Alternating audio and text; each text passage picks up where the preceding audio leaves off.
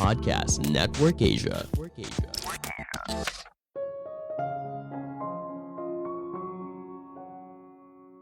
Sebuah perusahaan bisa besar apabila kamu punya mimpi bagaimana perusahaan kamu bisa menjadi yang terbaik di bidangnya. Halo semuanya, nama saya Michael. Selamat datang di podcast saya, Sikutu Buku.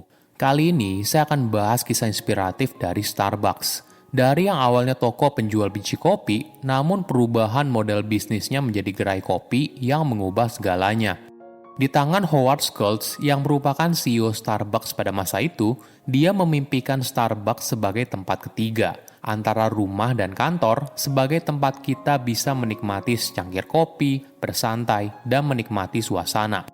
Sebelum kita mulai, buat kalian yang mau support podcast ini agar terus berkarya, caranya gampang banget. Kalian cukup klik follow. Dukungan kalian membantu banget supaya kita bisa rutin posting dan bersama-sama belajar di podcast ini.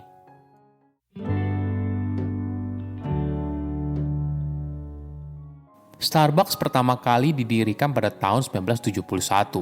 Awalnya, Starbucks didirikan karena terinspirasi dari sebuah toko roasting kopi lokal yang terkenal pada masa itu. Mereka ingin meniru model bisnisnya dengan menjual biji kopi yang berkualitas dan mesin kopi.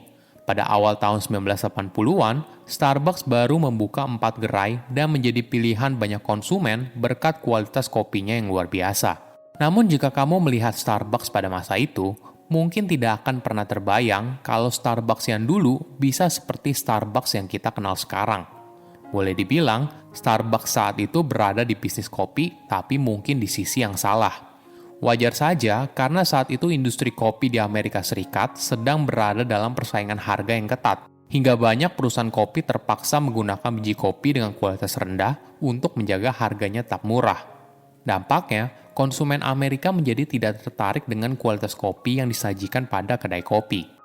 Jika bicara kesuksesan Starbucks, mungkin kita juga perlu bercerita soal Howard D. Schultz, CEO yang mampu mengubah Starbucks menjadi perusahaan kopi dan jaringan kedai kopi terbesar di dunia.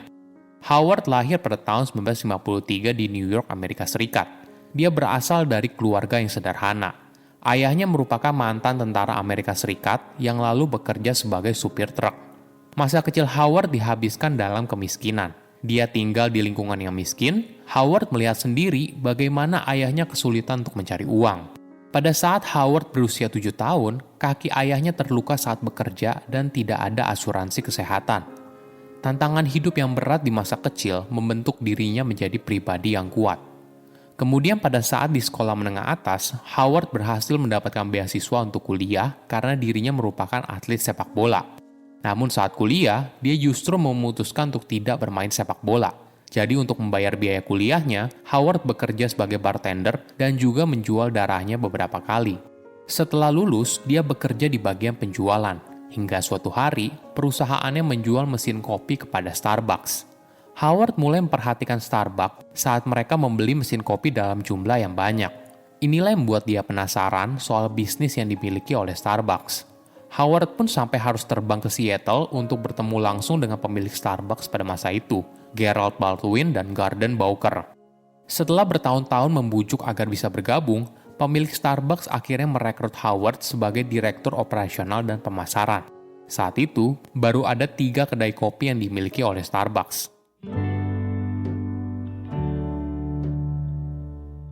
Perjalanan yang mengubah Starbucks dan Howard adalah saat Howard sedang pergi ke Milan, Italia, untuk mengunjungi pameran internasional peralatan rumah tangga.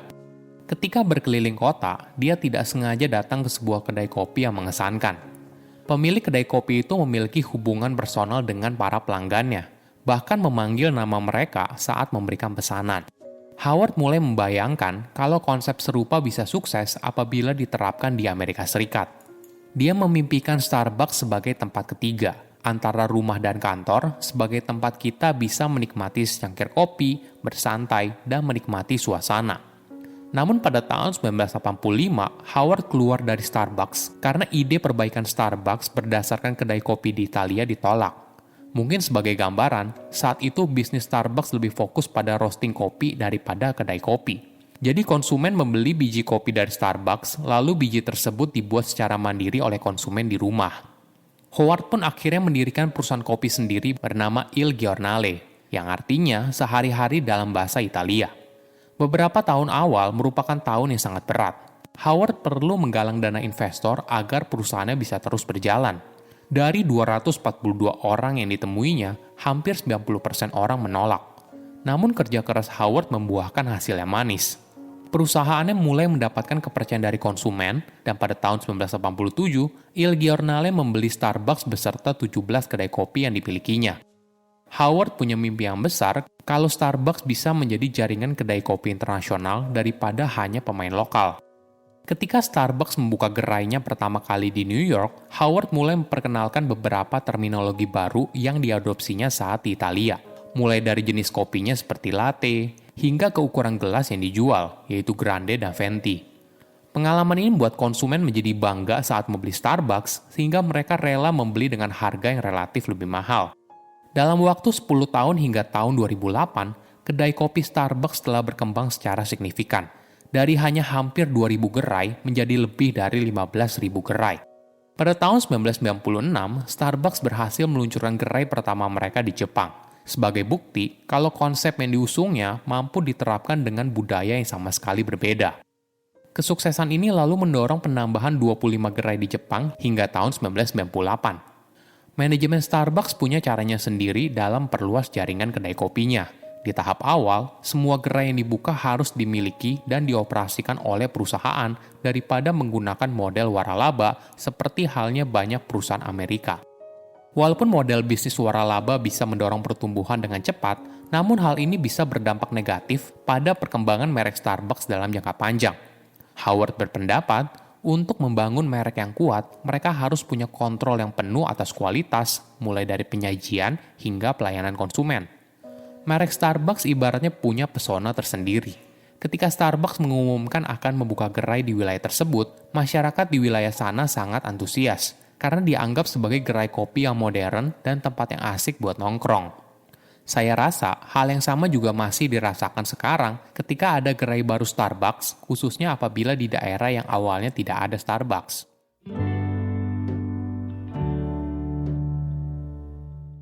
Namun pada tahun 2008, krisis keuangan melanda Amerika Serikat. Starbucks pun ikut terkena dampaknya. Howard yang awalnya dipromosikan sebagai komisaris pada tahun 2000, memutuskan untuk kembali menjadi CEO saat kondisi Starbucks sedang genting. Harga saham Starbucks sudah turun 75% selama periode 2 tahun yang lalu, dan pengalaman minum kopi yang awalnya diciptakan oleh Howard sudah mulai memudar. Keputusan dirinya untuk menjadi CEO sebagai bentuk tanggung jawab atas kesalahan yang dibuat bersama dengan manajemen. Howard pun memecat hampir semua anggota direksi yang tidak memiliki kinerja yang baik, menutup toko yang merugi, dan merekrut kembali manajemen yang telah membantunya dulu. Langkah drastis yang diambil lainnya adalah Howard mengundang 10.000 manajer toko untuk mengingatkan mereka betapa pentingnya nilai perusahaan dan praktis bisnis terbaik yang selama ini menjadi kunci kesuksesan Starbucks. Strategi ini berhasil dan perlahan-lahan kondisi keuangan Starbucks membaik. Saat ini, Starbucks telah memiliki lebih dari 32.000 gerai di seluruh dunia.